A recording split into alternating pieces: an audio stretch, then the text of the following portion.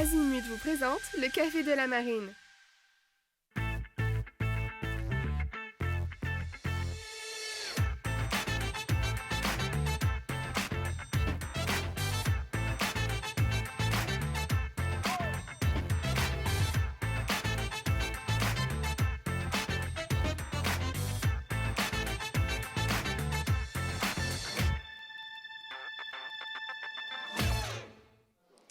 Bonjour à tous, bienvenue dans le Café de la Marine. Bonjour Gilbert. Bonjour Virginie, bonjour à tous. Nous sommes ravis de vous retrouver depuis la Cité de la Voile, Éric Tabarly, avec un café tout spécialement dédié à la Transat en double. Une Transat à armes égales dont le départ sera donné le 9 mai à Concarneau. Les 18 tandems engagés mettront le cap sur l'île de Saint-Barth, la perle des Antilles. Alors nous avions prévu de vous faire vivre l'ambiance des préparatifs de cette 15e édition sur les quais de la ville close, mais Covid-19 oblige. Les figaristes engagés sont confinés toute la semaine qui précède le départ et nous avons donc deux invités en visio. Mais nous en avons tout de même un en chair et en os sur notre plateau. Il a eu le bonheur de remporter cette Transat en double en 2016, mais après une vingtaine d'années comme coureur au large, il vient de passer de l'autre côté. Il est depuis quelques mois entraîneur au pôle Finistère course au large de Port-la-Forêt. Erwan Tabarly est avec nous. Bonjour Erwan. Bonjour Gilbert. Erwan. Bonjour Virginie. Bon, tes poulains sont dans les starting blocks. Tu les sens prêts, Erwan ?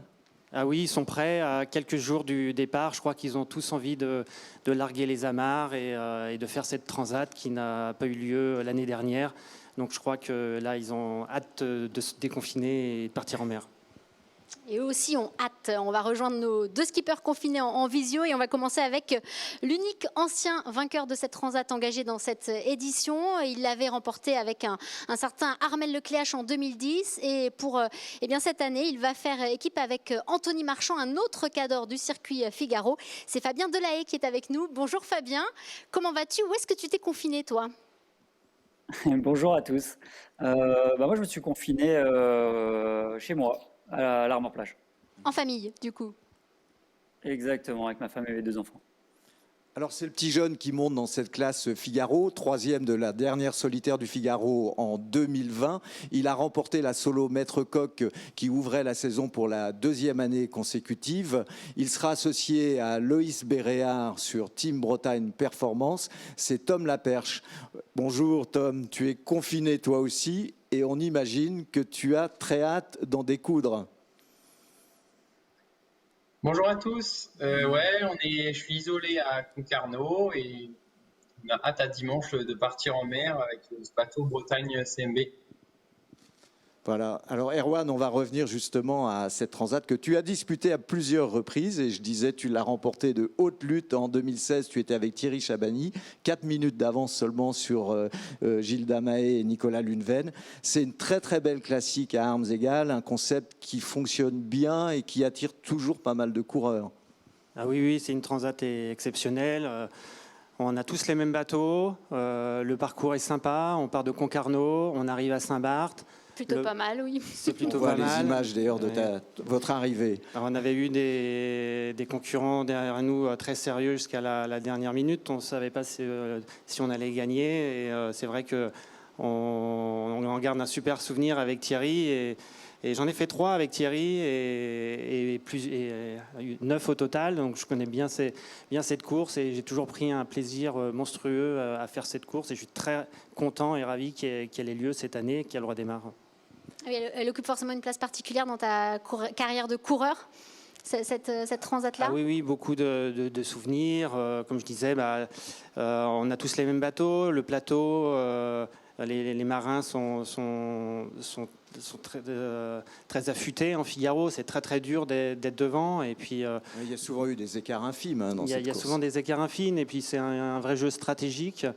Et vraiment, on prend beaucoup de plaisir à la faire. Elle peut être dure aussi, dans des conditions de vent. Dans le golfe de Gascogne, souvent, des fois, c'est dur. Mais bon, l'arrivée aux Antilles, c'est sympa. Permet d'oublier le golfe de Gascogne. Et voilà, donc c'est très... Alors, je vais m'adresser à Fabien, toi aussi. Tu as remporté cette transat, je disais, c'était en 2010 avec Armel Lecléache. Tu as terminé 4e ensuite avec Paul Meillat. Tu dis c'est une transat où je n'ai que de bons souvenirs. C'est une épreuve, toi aussi, qui te réussit plutôt bien. Oui, tout à fait. Comme tu l'as dit, j'ai eu la chance de gagner en 2010 avec Armel, avec vraiment un marin exceptionnel d'expérience. pour ma première transat terminée par une victoire, forcément, ça reste un peu gravé dans la mémoire. Et puis, 2 ans plus tard, je l'ai refait avec Paul Meillat. Ça s'était super bien passé aussi. Jusqu'à l'approche sur Saint-Barth, on a été 3e. Et on perd la 3e place à la Pointe-à-Colombier, juste à l'arrivée de haute lutte avec Banque Populaire. On a fait tout un petit match race autour de l'île et puis on perd à la fin au passage des derniers cailloux, où ils ont pris un peu plus de risques que nous et ça a payé pour eux. Et puis je l'ai fait aussi en 2014 après avec Johan Richaud, mais là on avait terminé 2e, une belle bataille avec Paul et Guénaud qui avaient gagné. Et voilà, à chaque fois des bons moments de course, des bons moments de mer et des jolis résultats à l'arrivée. Donc 3 belles expériences et 3 beaux souvenirs. Alors Fabien, tu es le seul ancien vainqueur, Virginie l'a dit, engagé dans cette édition. Tu auras pour équipier Anthony Marchand, qui est aussi un cadre du circuit, et on rappelle quand même 3e de la solitaire du Figaro en 2019, 2e en 2018. Comment s'est constitué votre binôme ? Écoute, moi j'ai un projet avec mes partenaires, avec mon bateau groupe Gilbert. Je cherchais un coéquipier pour partir cette année. Et rapidement, j'ai pensé à Anthony, qui lui avait un projet qui se terminait avec ses partenaires. C'est très rapidement que je me suis tourné vers lui. On s'est vu, je ne sais plus si c'était en décembre ou début janvier. Et puis rapidement, lui, ça l'a bien branché aussi. Et c'est naturellement parti ensemble. Donc voilà, je cherchais quelqu'un qui avait l'expérience du Figaro 3, l'expérience du Figaro, et c'était top. Voilà, en plus, comme tu dis, il a l'expérience du Figaro 3 comme toi depuis l'arrivée de ce nouveau bateau. Et ça permet de gagner du temps ? Ouais, exactement. C'était un peu un critère aussi dans le choix du co-skipper. Je voulais partir avec quelqu'un qui était sur la même longueur d'onde que moi, qui avait aussi l'expérience de ce nouveau bateau, puisque finalement on a encore beaucoup à apprendre et c'est un bateau qu'on ne connaît pas au large sur un format transat. Donc voilà, il avait toutes les qualités que je recherchais dans un co-skipper. On est très complémentaires et à la fois on a des profils très similaires. Donc je sais que je peux avoir 100% confiance en lui. Donc ça, c'est pour moi la meilleure des choses pour partir. Alors on va venir vers Tom. Tom, toi c'est ta 3e saison sur le circuit Figaro, mais tu fais déjà figure un peu d'épouvantail, on peut le dire. À tout le moins, ton podium sur la solitaire l'an dernier, donc 3e, tu as impressionné tes pairs, mais cette transat c'est carrément un nouveau challenge pour toi. Comment tu l'abordes, Tom ? Ouais, c'est sûr que c'est complètement c'est différent comme format par rapport à ce que j'ai pu faire pendant 2 années avec Bretagne CMB, de la course en flotte en contact sur le Figaro. Là, le long terme en transat, j'ai la vie en mer, tout ça, je suis pas inquiet. Loïs a déjà fait cette course-là. Moi, j'ai déjà passé du temps en mer.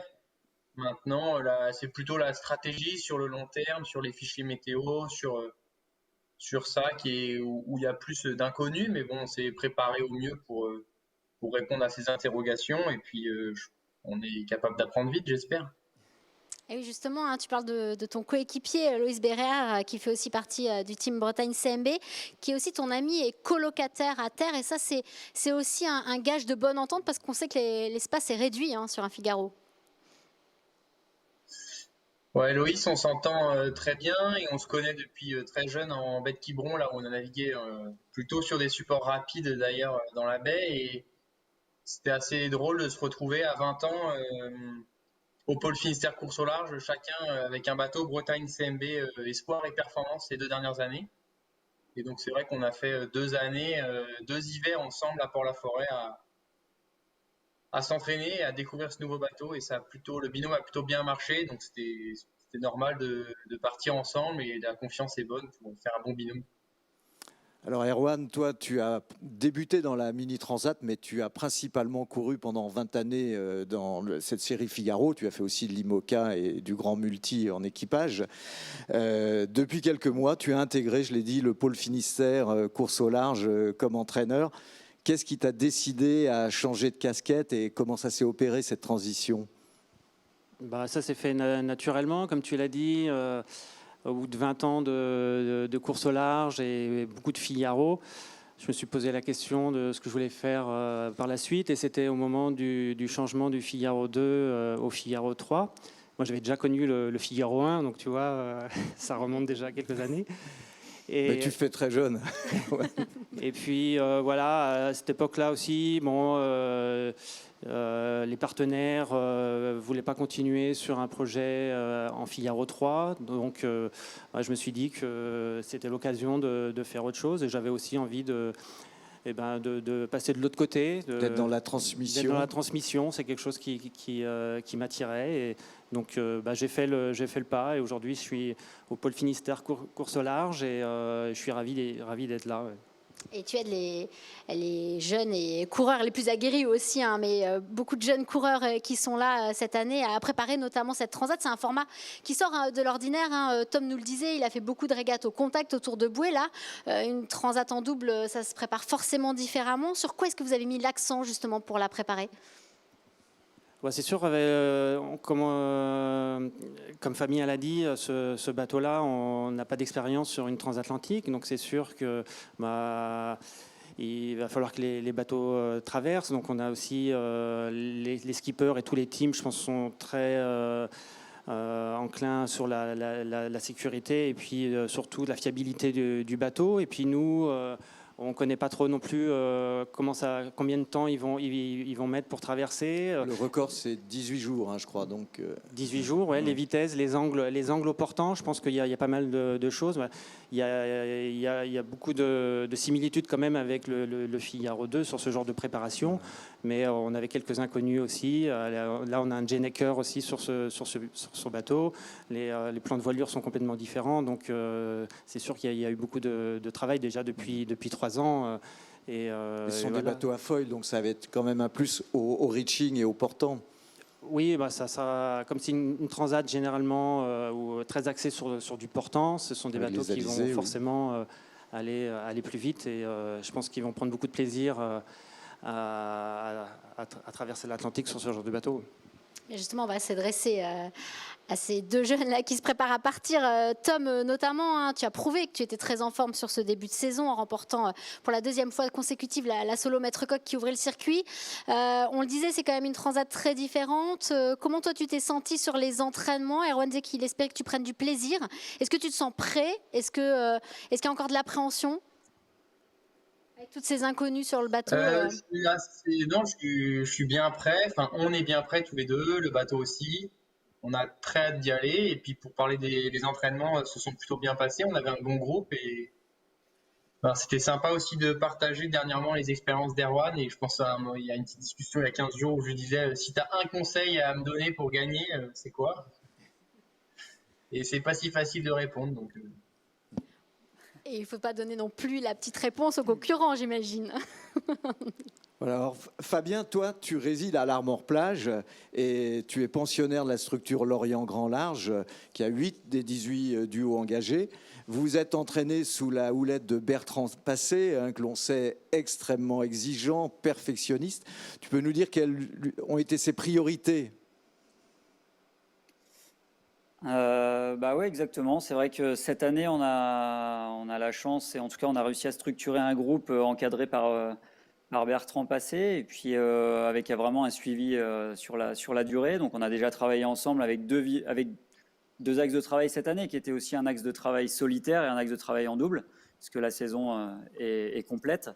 On a eu la Maître Coq pour démarrer la saison, donc on a à un moment donné axé un peu le solitaire aussi pour l'aborder, mais c'est vrai que depuis janvier, c'est majoritairement du double, avec un exercice qui est très différent de ce qu'on a l'habitude de faire d'habitude. Donc il a fallu penser un petit peu à de quoi on a besoin pour faire une transat et qu'est-ce qu'on a besoin de travailler pour être à l'aise sur une transat. Donc on a réfléchi un peu collectivement à ce qu'on voulait travailler, que ce soit au niveau des voiles, que ce soit au niveau de la technique, que ce soit au niveau des petites adaptations matérielles aussi, parce que l'exercice est différent. Et oui, puis même si vous avez pas mal d'expérience avec Anthony, ce sera quand même, comme le disait, le soulignait Erwan, un vrai banc d'essai. Il y a encore des inconnus avec ces bateaux. Est-ce que toi, vous vous sentez parfaitement à l'aise, en symbiose avec ce bateau ? Est-ce qu'il y a aussi cette petite appréhension des parts d'inconnus qui demeurent ? Tu disais pas mal de travail, quand même encore des choses à affiner. Ouais, alors l'appréhension matérielle, moi je ne l'ai pas du tout. C'est vrai que ça fait 2 ans qu'on navigue avec ces bateaux. En 2019, on n'aurait pas imaginé traverser l'Atlantique au bout de 6 mois, c'est sûr.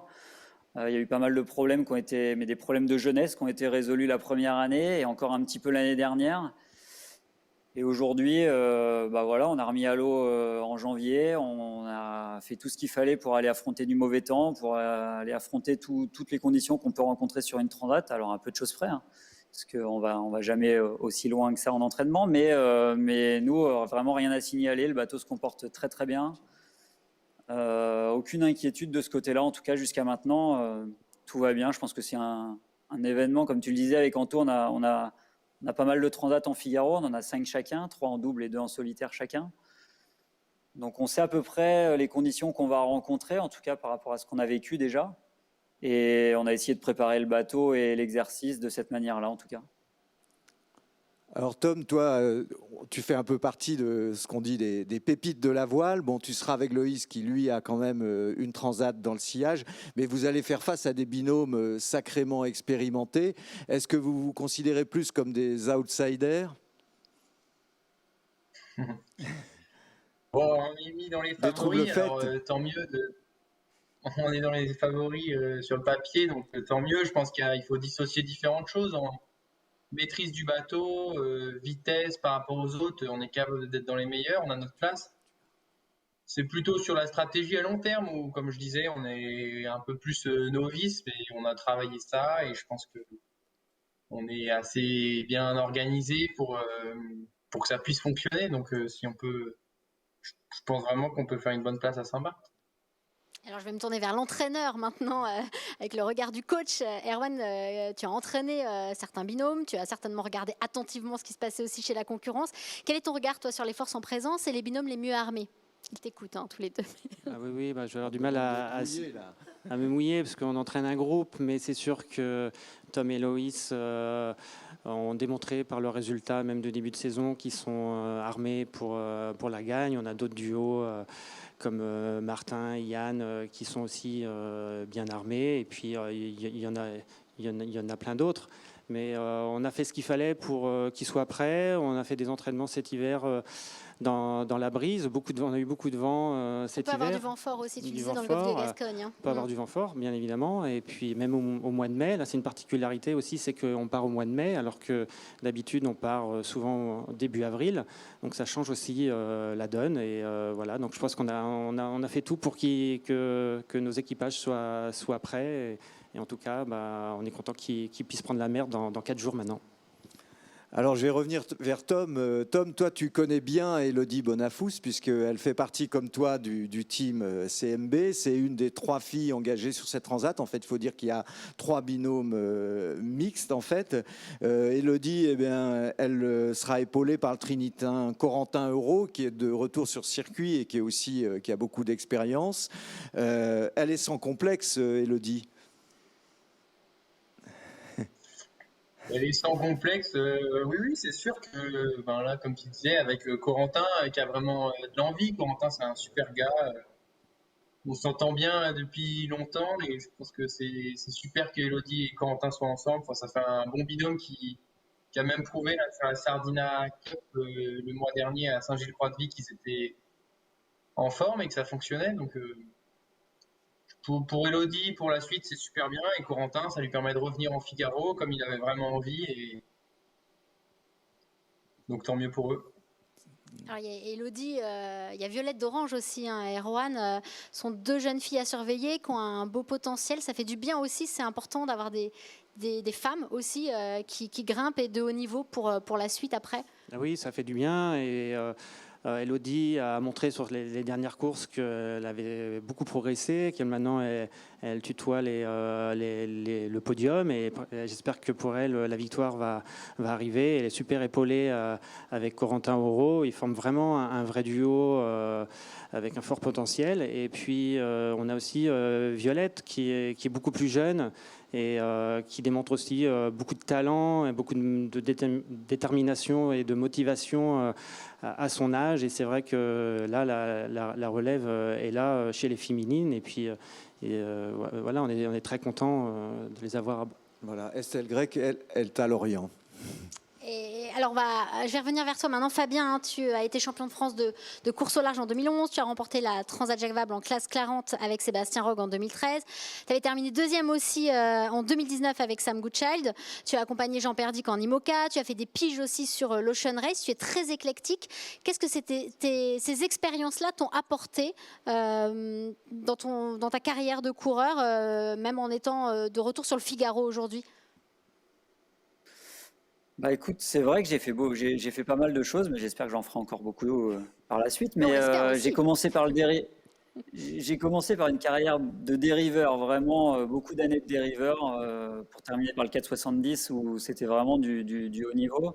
Ça m'a donné, on va dire, les bases. Et puis derrière, je suis parti en Figaro. En parallèle du Figaro, je faisais aussi pas mal de Tours de France à la voile. J'ai fait 6 saisons de Figaro et 6 Tours de France à la voile. Et puis en parallèle, j'ai toujours aimé avoir des projets presque en parallèle en tant que skipper. C'est vrai que chaque année, j'allais naviguer sur d'autres supports entre les courses Figaro. Et ça, c'est sur une saison Figaro qui est très chronophage, qui prend énormément de temps. C'est des saisons où on navigue énormément. Entre les courses, c'est bien aussi de retrouver de l'envie de revenir en Figaro. Et pour ça, j'ai toujours trouvé bien d'aller naviguer sur d'autres supports. Et c'est vrai que ça m'a amené du coup à naviguer sur plein de jolis bateaux, à une coque ou à 3 coques. C'est vrai que j'ai fait pas mal de choses. Après 6 ans de Figaro 2, j'avais vraiment envie de voir autre chose. Je suis parti en IMOCA avec Jean-Pierre. Je suis parti les 2 ans complets sur la Volvo avec Dongfeng. À chaque fois, des belles expériences qui m'ont permis aussi de découvrir des projets gros bateaux. Et ces projets gros bateaux, c'est vrai que le Figaro 2, c'était un bateau très différent de ce qui se passe dans les autres classes. Un plan de voilure très classique, un bateau de 2002, donc beaucoup plus ancien. Et ce n'était pas forcément une très bonne passerelle technique pour aller sur des gros bateaux. Et c'est pour ça que j'avais vraiment envie à chaque fois d'aller chercher d'autres supports plus modernes, on va dire, que n'était le Figaro 2 en fin de vie finalement. Et puis ça m'a finalement, ces 4 années hors du Figaro m'ont donné envie de revenir au Figaro. Et avec le nouveau bateau, c'était une belle excuse pour y revenir, en tout cas en 2019. Voilà, donc c'est toujours intéressant d'aller naviguer sur d'autres bateaux. Erwan, toi, malgré de très bons résultats et un nom aussi célèbre que tu n'as jamais trop revendiqué en fait dans tes démarches, tu as parfois eu des difficultés à trouver des partenaires. Est-ce que c'est ce qui a motivé ta reconversion? Puis surtout, je sais que tu rêvais aussi du Vendée Globe. Alors, est-ce que tu risques pas d'avoir des regrets, d'avoir envie de repasser de l'autre côté? Je ne sais pas, c'est sûr que de temps en temps un petit pincement au cœur, c'est sûr quand je vois les courses partir. Aujourd'hui, je suis ravi d'être au Pôle Finistère course au large. Et comme tu disais, oui, j'ai pas réussi à monter un projet Vendée Globe, ça m'aurait bien plu. J'étais sur le dossier il y a quelques temps et ça aurait pu aboutir, mais ça l'a pas fait. Et puis donc c'est un regret pour moi. J'espère que peut-être un jour j'aurai la possibilité de le faire, mais c'est pas d'actualité pour le moment. Mais c'est sûr que c'est une course qui m'a toujours fasciné, qui m'a fait rêver et que j'aurais aimé faire, mais voilà, ça s'est pas fait. Alors, on a beaucoup parlé des Figaro, des IMOCA aussi ces dernières semaines. C'est au tour des ultimes d'occuper le devant de la scène avec les mises à l'eau qui se succèdent. Il y a eu Actual, Spindrift, et puis c'était au tour de Banque Populaire 11 qui a été dévoilé devant le public à Lorient. On voit tout cela avec Clara Gestin. 2 ans de construction, 150 000 heures de travail et pas moins de 150 entreprises mobilisées pour que cette machine volante voie le jour. Ce mardi, à Lorient-la-Base, le nouvel ultime Banque Populaire 11 d'Armel Lecléache a été mis à l'eau. Il y a une grande fierté aujourd'hui de le sortir, de le mettre à l'eau. Là, tout à l'heure, quand il va toucher l'eau, là, ça va être... moi, j'aurai un petit peu là, les poils qui vont se dresser parce que... Voilà, c'est un nouveau chapitre qui arrive. Thomas Coville et Franck Camas, skipper des ultimes Sodebo 3, et Maxi Edmond de Rothschild étaient présents et ont fait quelques commentaires sur le trimaran de leurs concurrents. Bon, il y a des formes qu'on connaît, hein, c'est les mêmes flotteurs que Sodebo, c'est des bras relativement similaires. Il y a des choses qu'on retrouve et qu'on reconnaît aussi de l'ancien Banque Populaire. On va plutôt après être dans la découverte, quand il va être sur l'eau, son évolutivité, ce qu'ils font. Ils ont observé les bateaux autour, ils ont observé Edmond de Rothschild évidemment. On voit notamment des aspects aérodynamiques qui se rapprochent beaucoup d'Edmond de Rothschild. Ça veut dire qu'on est peut-être allé dans le bon sens si on est copié. On sait qu'il y a un bureau d'études intelligent, des architectes qui savent faire, donc il n'y a pas d'incohérence quand on voit le bateau, il n'y a pas de gros risques pris non plus, mais tout est optimisé, je pense. Et les défauts qu'il pouvait y avoir sur le premier ont été réellement bien gommés. La première grande confrontation est prévue le 7 novembre au départ de la Transat Jacques Vabre. Armel Lecléache la disputera avec Kevin Escoffier. Ça peut vraiment être un favori au départ du Havre, et tant mieux parce qu'on a besoin aussi de la concurrence, on a besoin d'être poussé, pour avancer, pour avoir des régates excitantes.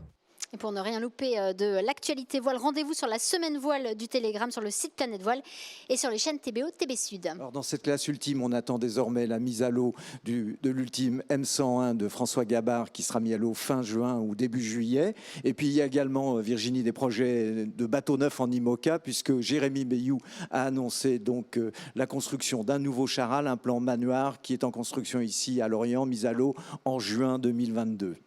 Et oui, il fera la Transat Jacques Vabre avant cela avec Christopher Pratt. Et puis Sébastien Simon, lui, a annoncé qu'il ferait la Transat avec Yann Eliès. Ce sera sa dernière saison, par contre, avec Arkea Paprec, qui souhaite peut-être poursuivre l'aventure avec un nouveau skipper. Merci beaucoup, Erwan, d'avoir été avec nous. On te souhaite le meilleur avec cette nouvelle casquette d'entraîneur. Oui, merci à vous.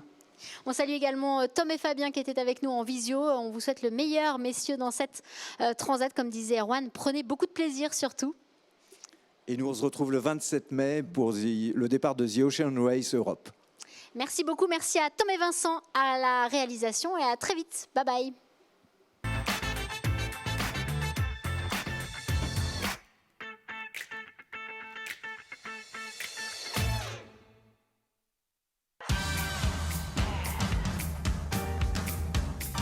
Azimut vous a présenté le Café de la Marine.